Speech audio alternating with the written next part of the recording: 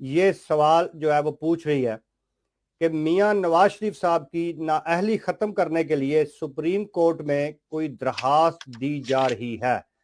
तो मलिक साहब आप बताएं कि वो दरखास्त कौन दायर कर रहा है और उसके पीछे क्या मुहरकात है और क्या ये वाकई हो सकता है। जी सर।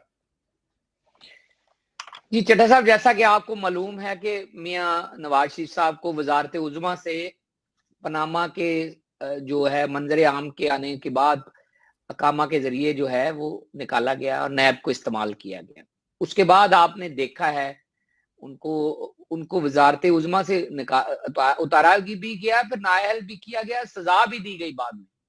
और आपने देखा है कि बाद बाद अज़ां जो जज अरशद मलिक की वीडियो आई है, अब पिछले दिनों साकिब निसार साहब की ऑडियो सर्कुलेट हो रही है, और जो जो जिस तरह व्हाट्सएप के ऊपर जेआईटी बनी, फिर जिस तरह मॉनिटरिंग जज लगा, उसके पीछे से नीचे से ही उसकी आंख के नीचे से एक जज ब्लैकमेल हो गया, बाद में वो अतराफी बयान देता फिरता रहा, माफिया मांगता रहा।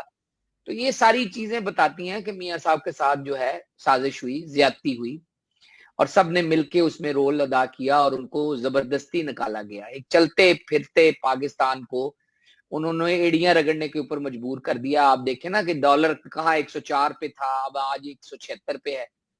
तो आप यानी आम आप चीजें देख लें, घी, चीनी, आटा, ये तकरीबन तकरीबन आपको 35 का आटा 70 में नजर आएगा, 100 की शुगर 200 में, यानी डबल होता गया। अब ये सोचने पे मजबूर है कि ऐसी क्या मियां साहब ने जुर्म किया कि पाकिस्तान को इकोनॉमिकली बेहतर बनाने का, कि उनको निकालना पड़ा। और अब क्या किया जाए, क्योंकि वो आपको क्या कहते हैं, पंजाबी दी मिसाल भी है कि वो हत्था ना लाइया दंदा ना लाइया हत्था ना ओकी वो खोलनियां पैंदियां। सो मेरे ख्याल में वो फंस गए हैं। अब मियां साहब की सजा या उनका जो पाबंदी है वो ज्यादा देर ठहर नहीं सकती, कानून की किताबों में ज्यादा देर ठहर नहीं सकती। जो जो मंजरे आम पे चीजें आ चुकी हैं ज्यादा देर नहीं ठहर सकती। अब कैसे उनकी पाबंदी खत्म की जाए? एक तो यह है कि अपील में वो जीते, अपील जीतने के बाद ऑटोमेटिकली वो पाबंदी खत्म हो जाएगी। एक सुप्रीम कोर्ट बार ये कह रही है कि अकेले मियां साहब नहीं है, बहुत सारे मेंबर पार्लियामेंट हैं जिनको इस तरह पाबंद किया गया है और आज खुद नोटिसों के जरिए किया गया है। तो ये अच्छा तरीका नहीं है जब आइन इस बारे में खामोश है या आर्टिकल 63, 62 में इसका जिक्र नहीं है, तो सुप्रीम कोर्ट को आज खुद नोटिस इस्तेमाल करते हुए ये करना नहीं चाहिए। तो वो उसी अदालत से, क्योंकि वकील है, वो वकील अदालत से ही रजू कर रहे हैं और वो चाहते हैं इसकी तशरीह हो कि क्या आप आर्टिकल 62, 63 की तशरीह करें, क्या 184 के तहत आप किसी इलेक्टेड प्राइम मिनिस्टर, इलेक्टेड वजीर, इलेक्टेड मेंबर ऑफ पार्लियामेंट को उस चीज से बर्खास्त कर सकते हैं जिसका आइन में भी दर्ज नहीं है, जिक्र नहीं है, कोई मुद्दत नहीं है। तो मेरे ख्याल में वकील अदालत से रजू कर रहे हैं, पार्लियामेंटेरियन पार्लियामान से रजू करेंगे कि उसके ऊपर कानून साजी हो सकती है जो अदालती फैसले के ऊपर सुपरसीड कर जाएगी, और अवामी नुमाइंदगान, अवामी लीडरान अपनी अवाम से रजू करेंगे आने वाले इलेक्शन में और बताएंगे कि आपके मावराए जो कानून आप कुछ चीजें करते हैं, कई दफा उनको आम आवाम में पजीराई नहीं मिलती, आप जैसे तनकीद नगार उसको अच्छा नहीं समझते, और उन लोगों की मकबूलियत में कोई फायदा, उनको नुकसान नहीं होता, बल्कि दिलों का वजीर आजम दिलों का वजीर आजम ही रहता है। और मेरे ख्याल में मियां साहब की एक अलामती जो पाबंदी है वो अदालत को भी खत्म करनी पड़ेगी, पार्लियामान में भी कानून साजी होगी, अवाम भी उसके ऊपर आइंदा इलेक्शन में मोहर सबत करेंगे कि उनके साथ ज्यादती हुई। तो आप कब तक ये समझ रहे हैं कि ये जो दरखास्त होगी सुप्रीम कोर्ट में कब तक दायर हो जाएगी?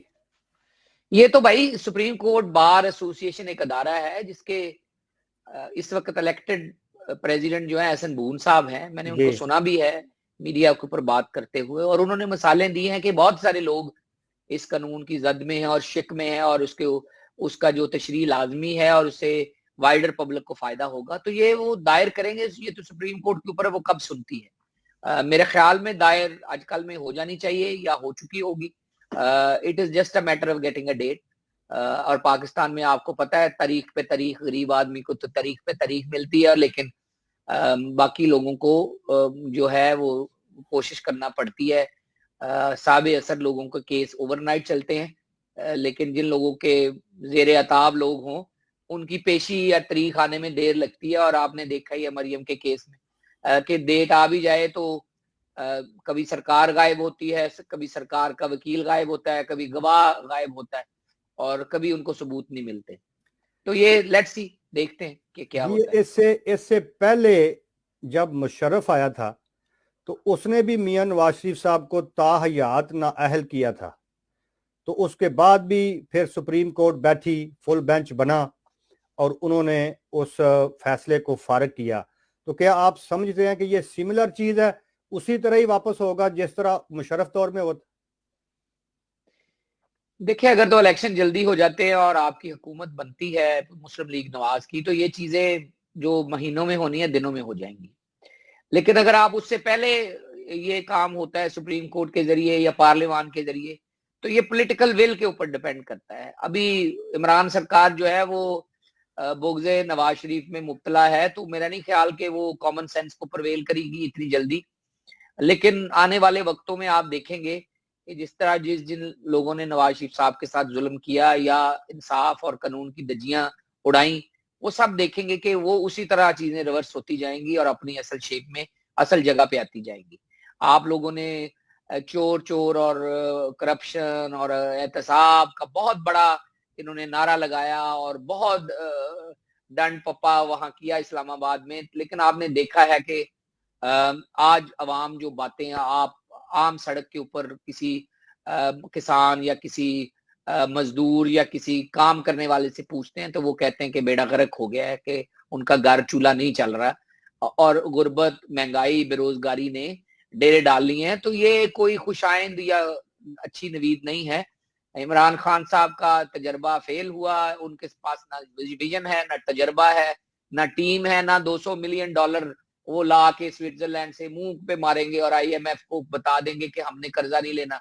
उन्होंने तो पूरा स्टेट बैंक ही उठा के आईएमएफ को दे दिया, उन्होंने तो कर्जा वापस मुंह पे मारना था। तो मेरा ख्याल में उनके पास कैपेसिटी नहीं है, कैपेबिलिटी नहीं है उनके पास जो मवाजना करें। तो मियां नवाज शरीफ साहब का तोड़ नहीं है। मियां नवाज शरीफ साहब नॉट ओनली रेलेवेंट हो चुके हैं, बल्कि उनकी जमात जो है वो अब भी बता रही है कि आप हमें पकड़ाएं ना, हम आपको सही करके बताते हैं।